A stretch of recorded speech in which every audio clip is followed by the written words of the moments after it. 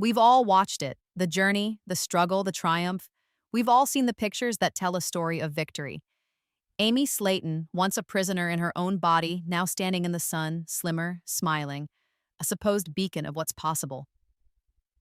We've all cheered for Amy's transformation. We saw the numbers on the scale go down and we celebrated. We saw her reclaim her life from the grip of severe obesity and we called it inspiring. But a source close to the family is now telling us we're cheering for a tragedy in disguise. They claim Amy's battle with weight is far from over. It has just mutated into something far more dangerous. And the show that made her famous, the network that built an empire on her family's pain, is helping her hide it. This isn't just about weight loss anymore. This is about what happens when the cameras turn off and the cheering stops. If what our sources are saying is true, then the story we're being sold is a lie. A dangerous, carefully constructed lie. And if we don't start asking the right questions, we're not just viewers, we're enablers. Before we peel back the layers of this story, if you believe in uncovering the truth that reality television tries to hide, take a moment to hit that like button. It tells YouTube that these stories matter. And make sure you subscribe and turn on notifications, because this is a developing situation, and you won't want to miss a single update. Let's begin with the narrative that TLC, the show's producers, and even Amy's own social media want us to believe. It's the story of a post-divorce glow-up. After a painful and public split from Michael Halterman, Amy Slaton emerged like a phoenix from the ashes. The narrative is one of empowerment, a single mother of two finally focusing on herself, her health, and her happiness. The photos started to change. Gone were the pictures of fast food and oversized portions that defined her early seasons. They were replaced with carefully curated images of salads, grilled chicken, and small, almost delicate plates of food. We saw selfies from the gym, videos of her walking with her sons, Gage and Glenn. Fans flooded her comments with praise. "You're an inspiration, Amy. Look at you, glowing and healthy. Single mom life looks good on you." Each like, each positive comment seemed to reinforce this success story. She was doing it. She was finally winning the war against food that had defined her entire existence. The show, in its most recent seasons, has leaned heavily into this. Her storyline has been meticulously crafted to be about dating again, finding her independence, navigating the challenges of co-parenting, and embracing her new, healthier body. It's a clean, marketable, and ultimately a profitable narrative. It's the happy ending everyone wanted for her. But what if that's all it is? A narrative, a story. And what if behind that story, the reality is something far more sinister? We need to analyze Amy's recent social media activity through a new, darker lens. This is where the first red flags begin to appear, hidden in plain sight. Fans have praised her for her small portion sizes and dedication to fitness. We see a picture of a salad and we think, good for her, she's making healthy choices. We see a photo of her looking noticeably thinner and we think, her hard work is paying off. But our source, a family friend who has known the Slatons for over a decade and has requested anonymity out of fear of reprisal from both the family and the network, claims these are not signs of health. They are symptoms of an obsession. This source alleges that what we are seeing is the public face of a severe and escalating eating disorder, coupled with a crushing case of body dysmorphia. Let's look at the portion sizes. A typical photo might show a small piece of grilled chicken, a handful of steamed broccoli, and maybe a few slices of tomato. To the average person, it looks like a disciplined diet meal. But the source claims this isn't just one meal, it's every meal, and often it's the only meal. They allege that Amy has developed a deep-seated fear of food, a phobia of consuming anything that she hasn't personally weighed, measured, and logged. That small plate isn't a sign of control, it's a sign of terror. The praise from fans, our source says, has become a dangerous form of validation. Every comment telling her she looks skinny or amazing is a hit of dopamine that fuels the restrictive behavior. She's no longer eating to live. She's restricting to earn praise. Then there's the fitness. We see her at the gym. We think, fantastic. But the insider paints a much more disturbing picture. It's not about health, it's about punishment. They claim that if Amy consumes even a single calorie over her self-imposed limit, she will engage in frantic, almost desperate exercise. Not a healthy walk, but hours on a treadmill, pushing herself to the point of exhaustion, driven by guilt and self-loathing. The dedication that fans praise is, according to our source, a compulsion. It's a way to purge the calories she so deeply fears. The most disturbing claim from our insider, however, relates to her private rituals, the things that happen far away from the carefully curated world of Instagram and TikTok. They allege Amy weighs herself between 10 and 15 times a day. It's the first thing she does when she wakes up and the last thing she does before she goes to bed. She weighs herself before every meal and after every meal. She weighs herself before and after every glass of water. The scale is no longer a tool. It has become an altar at which she worships, and its judgment dictates her entire mood and self-worth for the day. A tenth of a pound up can trigger a spiral of anxiety and depression. A tenth of a pound down provides a fleeting moment of relief before the obsession begins anew. And then there is the diary. The source speaks of a secret food diary, a small, unassuming notebook that Amy allegedly carries with her everywhere. But this is not a simple food log. It's described as a meticulous, almost fanatical record of every single morsel that passes her lips. Every calorie is counted, every gram of fat is tallied, every carbohydrate is noted. The source claims to have seen pages of this diary and describes them as being filled with frantic, tiny handwriting, with numbers circled in red ink. Beside the entries are not notes about how she felt, but self-flagellating comments. Failure, scribbled next to a day she went over her limit. Pig, written in the margins. This diary is not a tool for health, it's a ledger of self-hatred. And what is that limit? According to the insider, Amy has imposed a dangerously low daily calorie cap on herself, 800 calories. For a woman of her height and with her medical history, this is not just a diet, it's a starvation protocol. The source describes Amy breaking down in tears, full-blown body-racking sobs, if she goes over this limit by as little as 10 or 20 calories. Imagine the psychological torment of that existence, living in constant fear of a slice of cheese or a handful of almonds. The source says, she beat one monster, the binge eating, only to create a new one. A skinny monster, but a monster nonetheless. And this one is whispering in her ear all day, every day, telling her she's worthless. This concept is something psychologists refer to as addiction transfer or cross-addiction. It's a phenomenon where a person who has overcome one compulsive behavior simply replaces it with another. The underlying psychological drivers, the need for control, the low self-esteem, the anxiety, don't disappear. They just find a new outlet. A gambling addict might become a compulsive shopper. An alcoholic might become a workaholic. And a binge eater, someone whose entire life was defined by a lack of control around food, can, in a tragic twist of irony, become anorexic or orthorexic, obsessed with controlling food in the opposite direction. They haven't solved the problem, they've just flipped the coin. The prison is the same, only the name on the door has changed. For Amy, who underwent bariatric surgery, this is a particularly high-risk situation. Bariatric surgery is a tool, not a cure. It physically limits the amount of food a person can eat, but it does not fix the complex psychological relationship with food that leads to morbid obesity in the first place. For years, Amy's brain was wired for massive consumption. The surgery changed her stomach, but it didn't change her mind. Without intensive, ongoing psychological therapy, which our source claims Amy has been resistant to, that pre-existing addictive mindset is a ticking time bomb. The glow-up we're seeing on the outside could be the mask for a complete psychological collapse on the inside. We are celebrating the shrinking of her body, but we are completely blind to the potential shrinking of her spirit, the erosion of her mental health into a razor-sharp point of pure obsession. This isn't just speculation based on a few social media posts. The claims from our insider are detailed, specific, and deeply troubling. They paint a picture not of a woman empowered, but of a woman in crisis. A woman who is meticulously documenting her own self-destruction in a secret diary while the world applauds what they think is her success. We need to ask ourselves, when we look at her photos, what are we really seeing? Are we seeing health, or are we seeing the skeletal framework of a new, more socially acceptable but no less deadly disorder?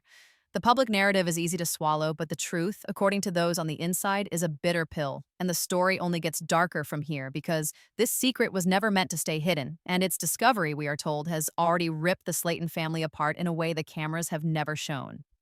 The carefully constructed facade of Amy's new life allegedly began to crack in late September of 2025. The date is important because it places this event squarely in a period where filming for an upcoming season would likely be in full swing, making the absence of this confrontation from the show all the more telling. The person who discovered the truth was not a producer or a stranger, but her own sister, Amanda Halterman.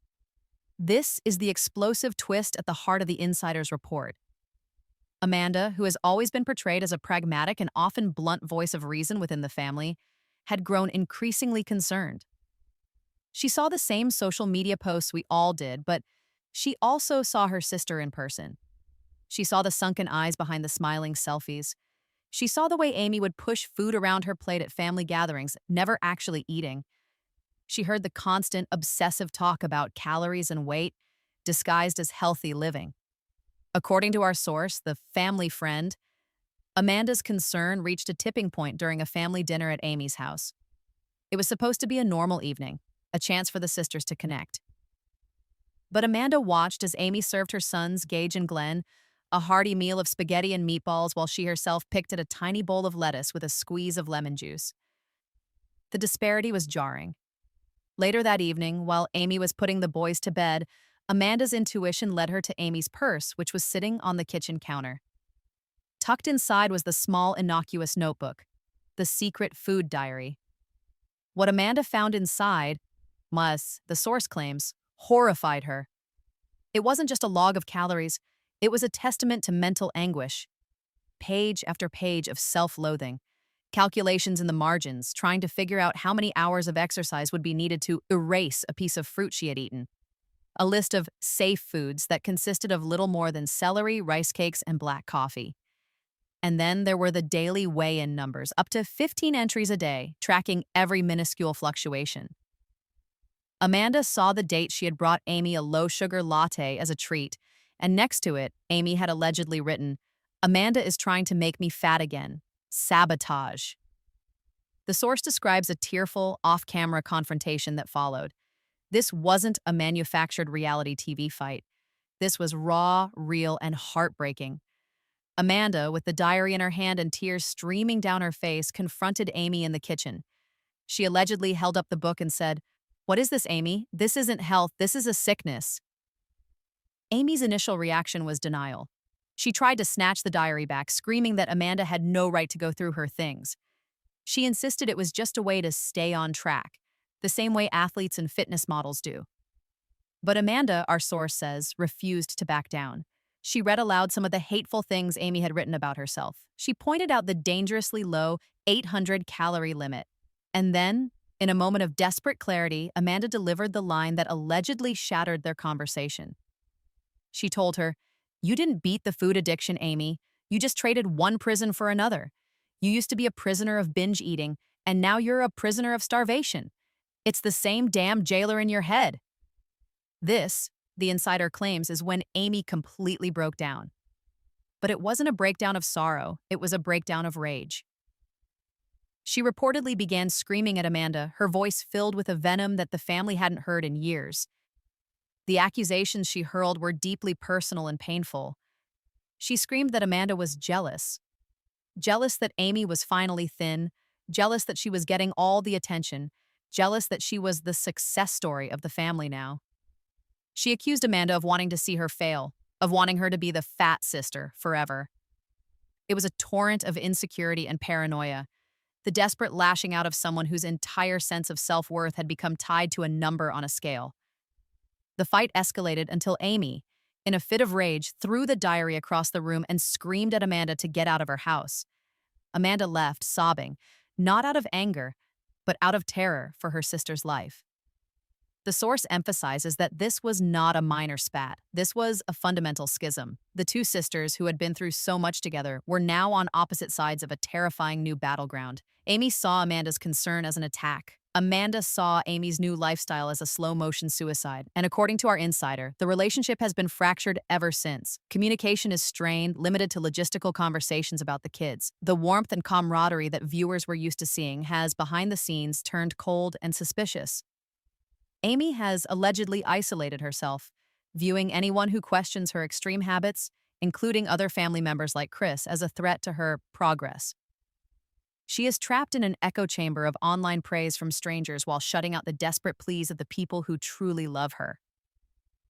This fight, this raw and honest confrontation, would have been one of the most powerful and important scenes in the history of Thousands Spotlight Sisters. It would have shown the devastating psychological aftermath of extreme weight loss and the reality of addiction transfer. So, why didn't we see it? The answer, our source claims, is a chilling look into the manipulative machine of reality television. This brings us to the third and perhaps most cynical part of this alleged cover-up, the role of the network, TLC. How is it possible that a situation this dire, a family conflict this explosive, could be happening without the producer's knowledge? According to our insider, a former production assistant who worked on the show, the producers are not just aware of Amy's struggles. They are active and willing co-conspirators in hiding them. The network has invested millions of dollars and years of programming into the Slaton family's journey. And Amy's weight loss is their biggest success story. It's the payoff. It's the after picture that gives the entire franchise its meaning. A narrative where the star of the show triumphs over her demons and emerges a healthy, happy single mom is marketable. It's inspiring. It sells. A narrative where she trades one life-threatening eating disorder for another is not. It's dark, it's complicated, and it raises uncomfortable questions about the network's duty of care to its talent. Our source claims that there is an unofficial but strictly enforced mandate from the top brass at the production company. The directive is clear. Amy's storyline is to be framed exclusively as one of dating, independence, and single mom empowerment. Anything that contradicts this narrative is to be left on the cutting room floor. This isn't just about selective editing. This is about the systematic erasure of a mental health crisis. The source alleges that the production crew has filmed numerous scenes that hint at Amy's disordered eating and body dysmorphia, but these have all been deliberately buried. One specific example provided by the insider is a scene filmed for Glenn's birthday party. The family was gathered, there was a big, beautiful cake, and everyone was celebrating. The cameras were rolling as Amy cut a slice of cake for her son. When a family member offered her a piece, Amy allegedly recoiled as if she had been offered poison. Her smile vanished, replaced by a look of sheer panic. She began stammering about sugar and empty calories, and her anxiety was palpable to everyone in the room.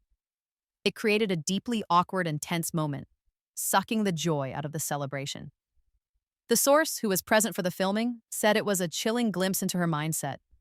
She couldn't even pretend to enjoy a piece of her own son's birthday cake because the fear of that single item of food was so overwhelming.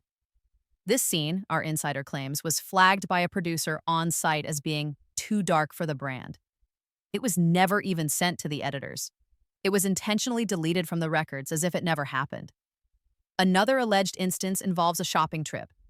Amy, along with her sister Tammy, was filmed shopping for new clothes. This is a classic reality TV trope. The celebratory, I can finally shop in a regular store scene. But the reality was far from celebratory. The source claims that Amy had a full-blown breakdown in the dressing room. Even though she was trying on sizes she could only have dreamed of fitting into years ago, all she could see in the mirror were her flaws. She was obsessively pinching at small bits of loose skin, crying that she still looked fat and disgusting. It was a textbook display of body dysmorphia, where her perception of her own body was completely disconnected from reality.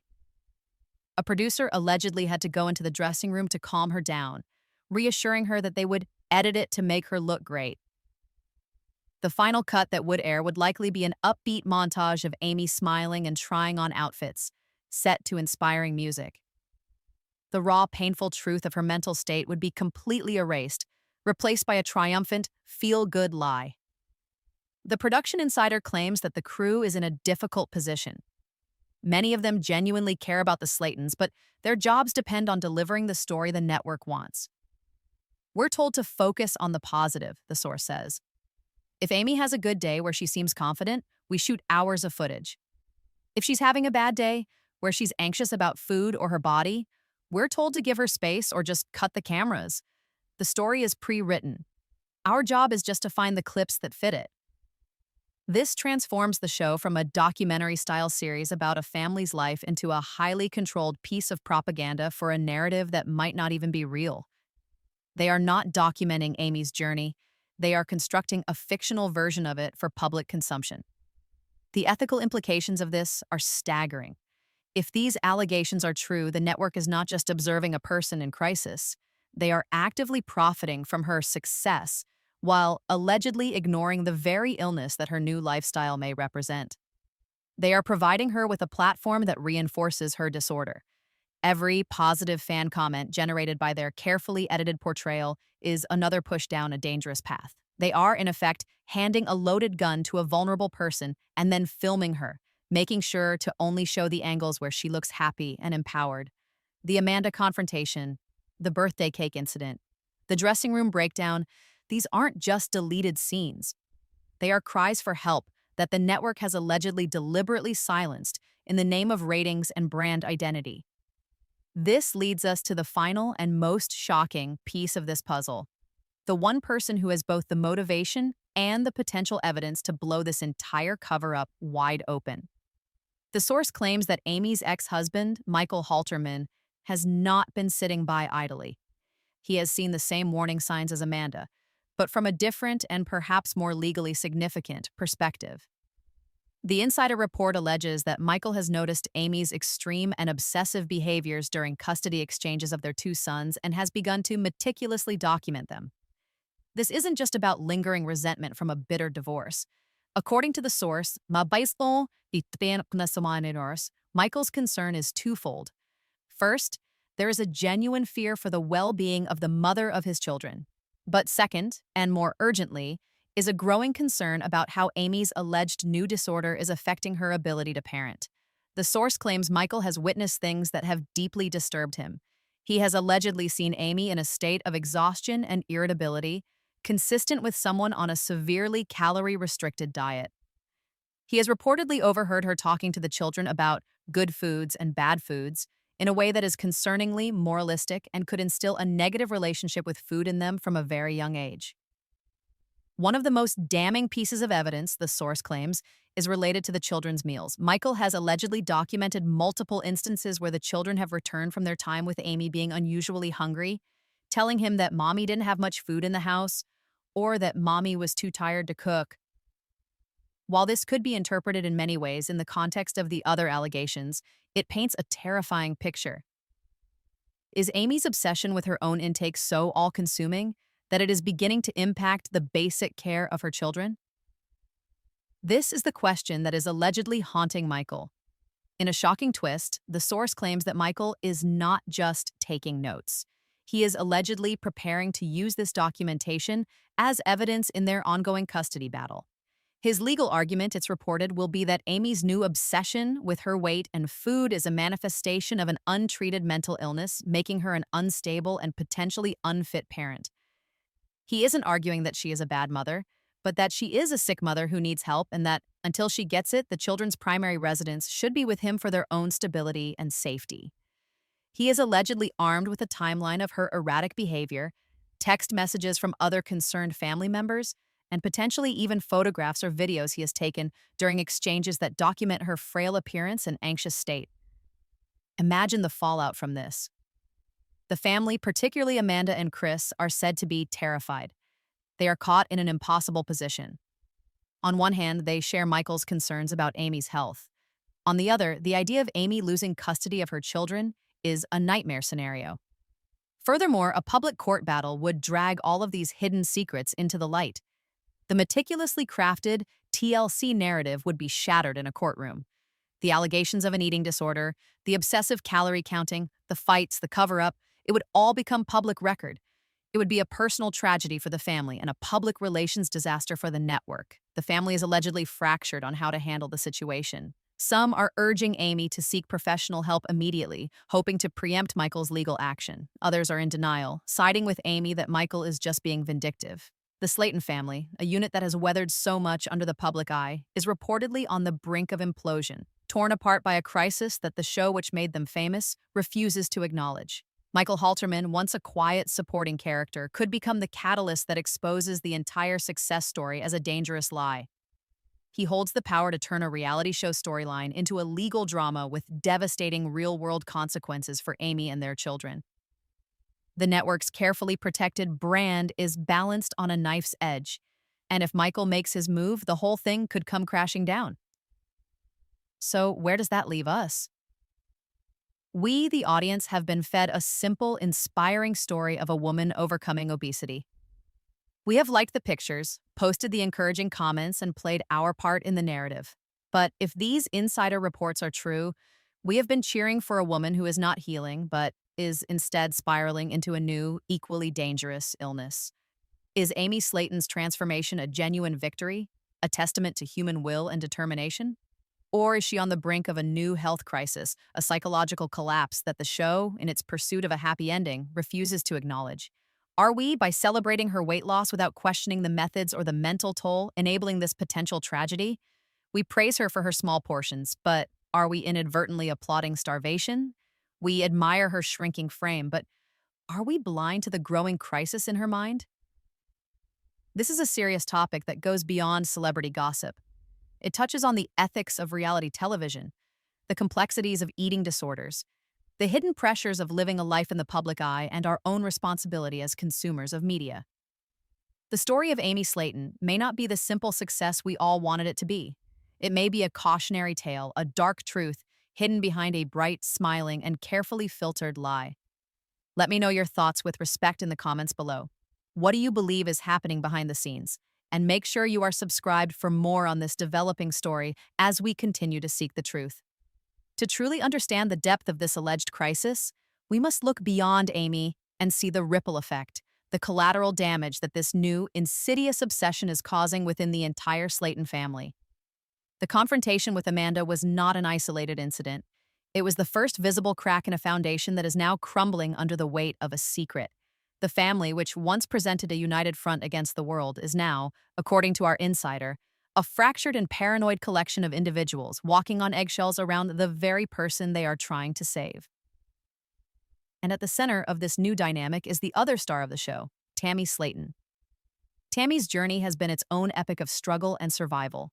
She has spent months in rehabilitation facilities, surrounded by doctors, therapists, and nutritionists. She, more than anyone, understands the language of addiction and the patterns of self-destructive behavior.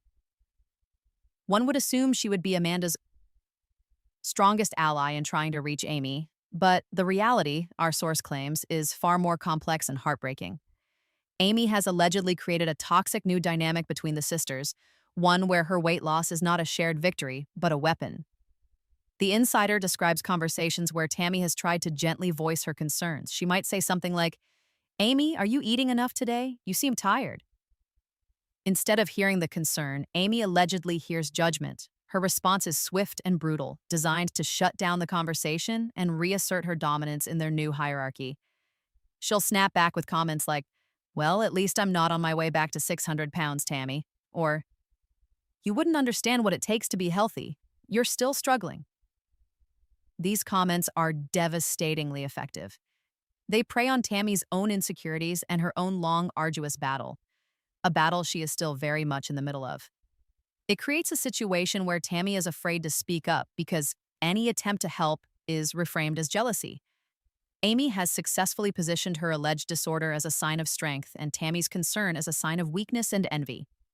This has fostered a new, tragic rivalry. In the early seasons, their rivalry was often childish, bickering over snacks or who got more attention. Now it's something much darker. Amy, for the first time in her life, is the thin sister. She holds a form of power over Tammy that she has never had before, and our source claims she wields it mercilessly to deflect from her own issues. This leaves Tammy in an agonizing position. She sees the warning signs, the same obsessive thinking that governed her own life, just pointed in the opposite direction. But she is silenced by Amy's psychological warfare. She is forced to watch her sister shrink, both physically and emotionally, and any attempt to intervene is twisted into an attack. The insider says Tammy has confided in other family members that she feels like she's watching a car crash in slow motion, but Amy has taken the keys and locked the doors from the inside. Then there is Chris Combs, the pragmatic, protective older brother who has so often been the family's anchor. Our source claims Chris is caught in the crossfire and is being torn apart by it. He sees the logic in Amanda's fears and Michael's threats, but his loyalty to Amy is fierce. He reportedly tried to stage his own intervention, but took a different approach from Amanda. He tried the tough love route, sitting Amy down and bluntly telling her that she was going to lose her kids if she didn't get a grip. He laid out the facts, the legal threat from Michael, the concerns from the rest of the family. He thought that a direct, no-nonsense approach would break through her denial. It backfired spectacularly. Amy allegedly saw Chris's intervention as the ultimate betrayal. He wasn't just a concerned sister like Amanda. He was a man, a patriarch figure, siding with her ex-husband against her. She accused him of being brainwashed by Michael, of never supporting her success. The fight, our source says, was even uglier than the one with Amanda. It ended with Amy screaming that she didn't need any of them, that she had her fans and her new life, and she would handle Michael herself. Since that conversation, Chris's relationship with Amy has become deeply strained. He is trying to act as a go-between, attempting to negotiate a peace treaty between his warring sisters and a legal truce with Michael, but he is failing on all fronts. He is the family's fixer, faced with a problem that he cannot not fix, a sister who refuses to be saved. Beneath all of this emotional turmoil lies a cold, hard, and cynical reality. Money. The Slaton family's entire livelihood is tied to 1,000 Paul Sartori sisters. The show is their job. The paychecks they receive from TLC support their homes, their children, and their lives. And the core premise of that show, the engine that drives its ratings, is the dramatic weight loss journey. If the narrative shifts from inspiring success to tragic eating disorder and mental health crisis, the brand is damaged.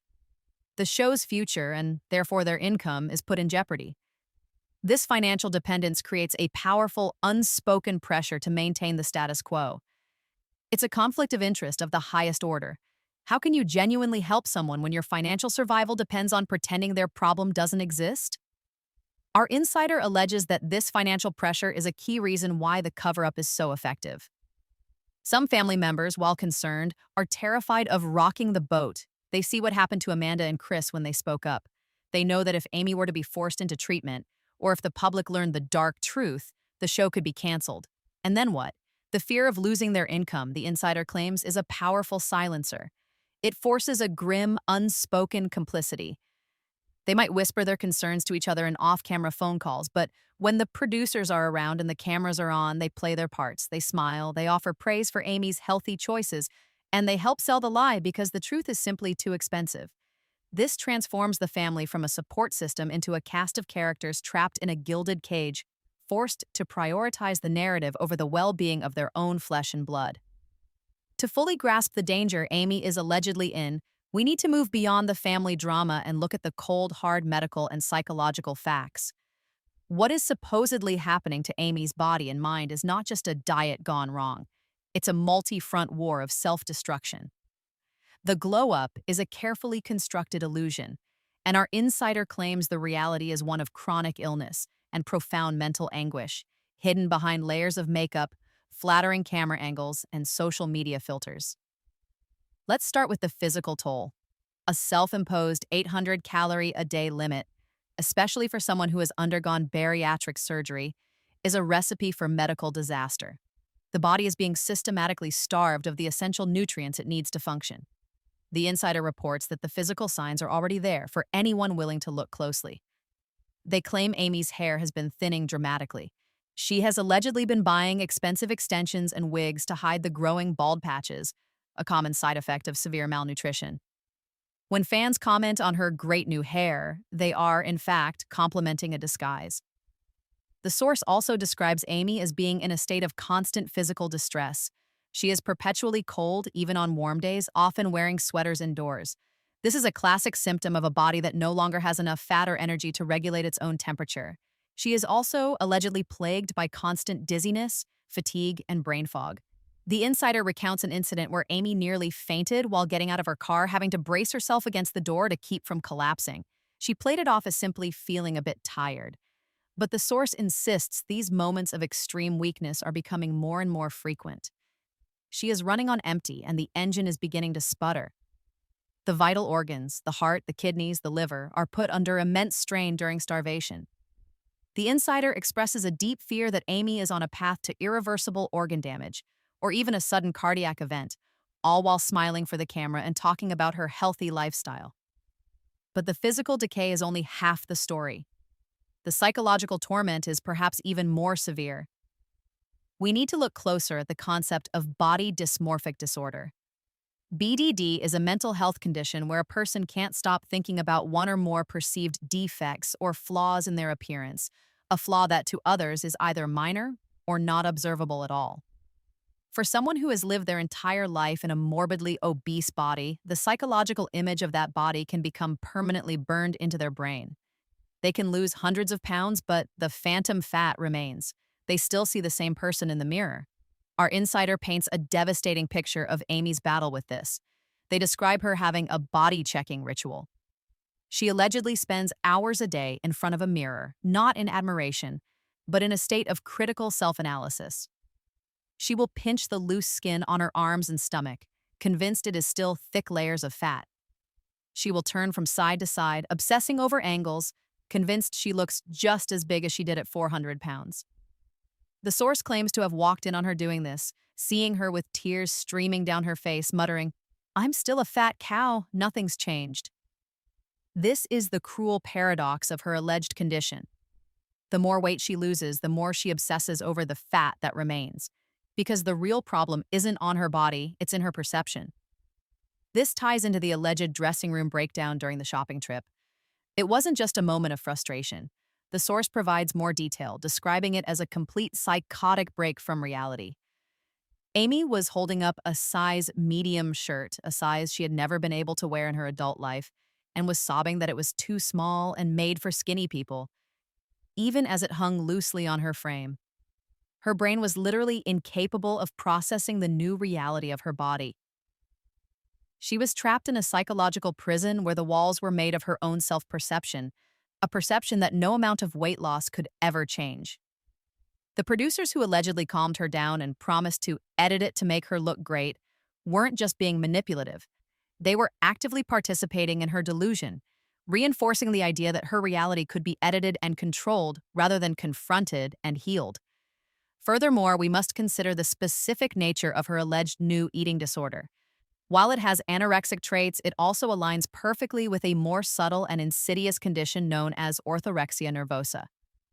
Orthorexia is an obsession with healthy or pure eating. It starts with a genuine desire to improve one's diet but spirals into a rigid and compulsive obsession. Food is divided into good and bad, clean and dirty. This is a particularly dangerous trap for post-bariatric patients who are encouraged to focus on healthy eating. For Amy, this has allegedly morphed into a pathology. The insider claims her list of safe foods has shrunk to an absurdly small number of items. Grilled chicken breast, weighed to the gram, steamed broccoli, lettuce, and a few specific brands of low-calorie protein shakes. Anything outside this list induces panic. Sugar is poison. Carbohydrates are evil. Fat is filth. This moralistic language around food is a hallmark of orthorexia. It explains the birthday cake incident. For Amy, that cake wasn't just a dessert.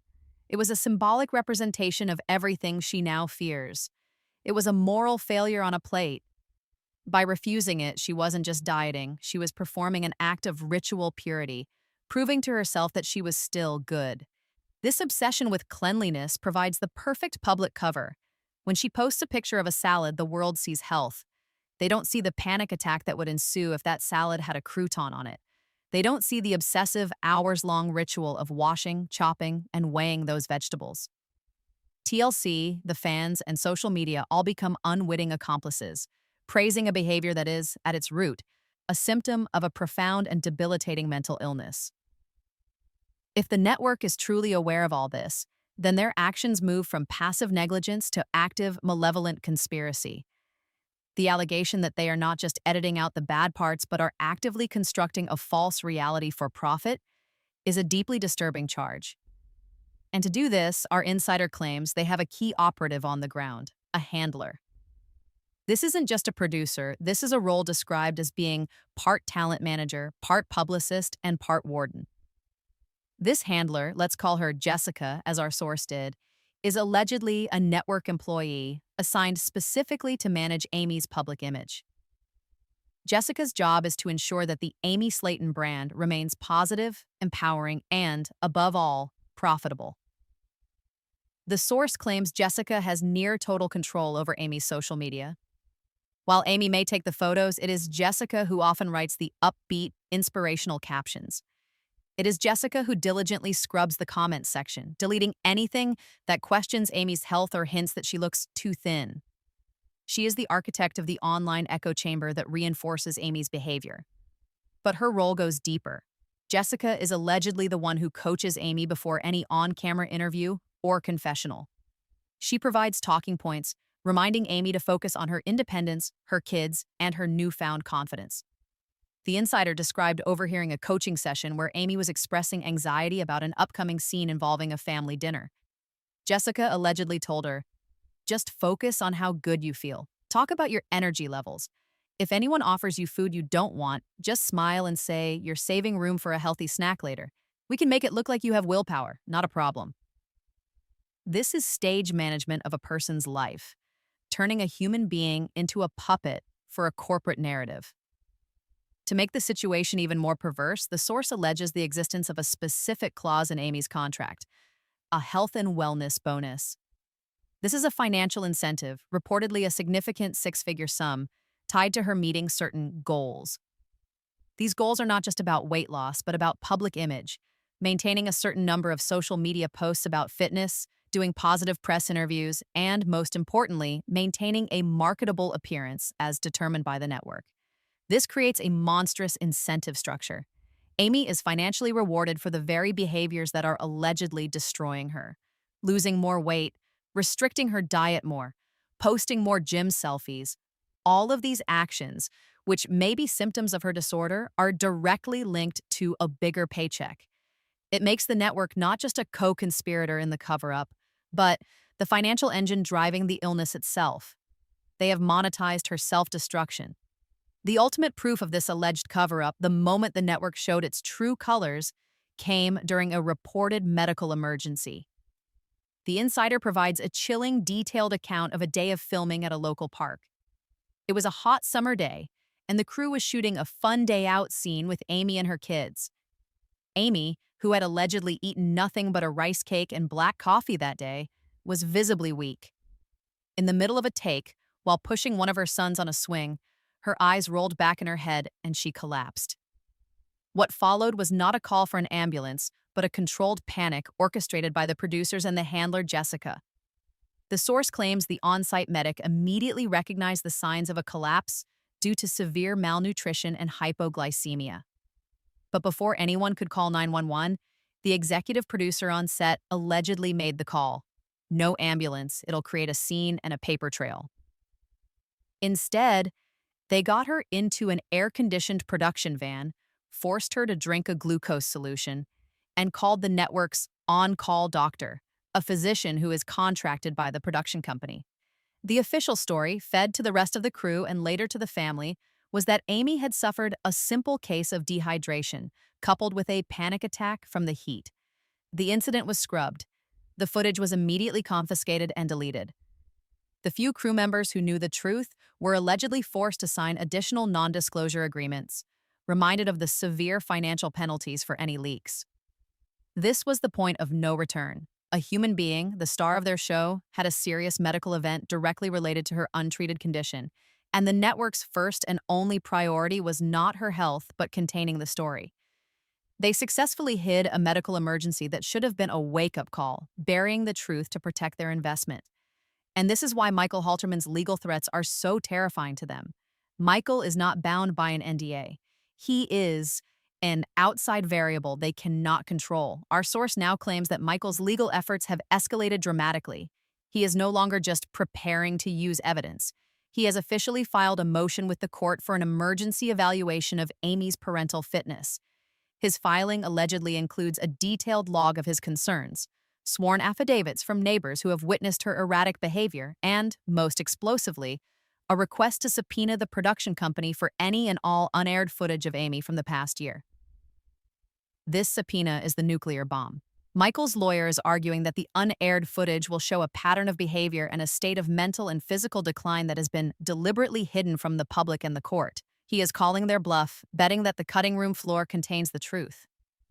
The network is now in a legal nightmare. If they refuse to comply, they could face contempt of court charges. If they comply, they hand over evidence that could not only cause Amy to lose her children, but would also expose their entire corporate conspiracy, opening them up to massive lawsuits and a public relations catastrophe. They are trapped. This has brought the Slaton family to its breaking point. The pressure is unbearable, and it has led to the ultimate, unthinkable betrayal. The insider's final, most recent piece of information is that one key family member has cracked. Terrified of what will happen to Gage and Glenn and convinced that the legal system is the only thing that can force Amy to get help, this family member has allegedly decided to cooperate with Michael. They have agreed to testify on his behalf in the custody hearing. While our source would not confirm the identity of this person for their own safety, they suggested it is the person whose opinion Amy values most, the one whose betrayal would cut the deepest. This act, born of desperation and love, is about to ignite a firestorm that will consume the entire family and the show that bears their name. A war is coming, not for the cameras, but in a court of law, and the dark truth behind Amy's revenge body is about to be exposed to the world.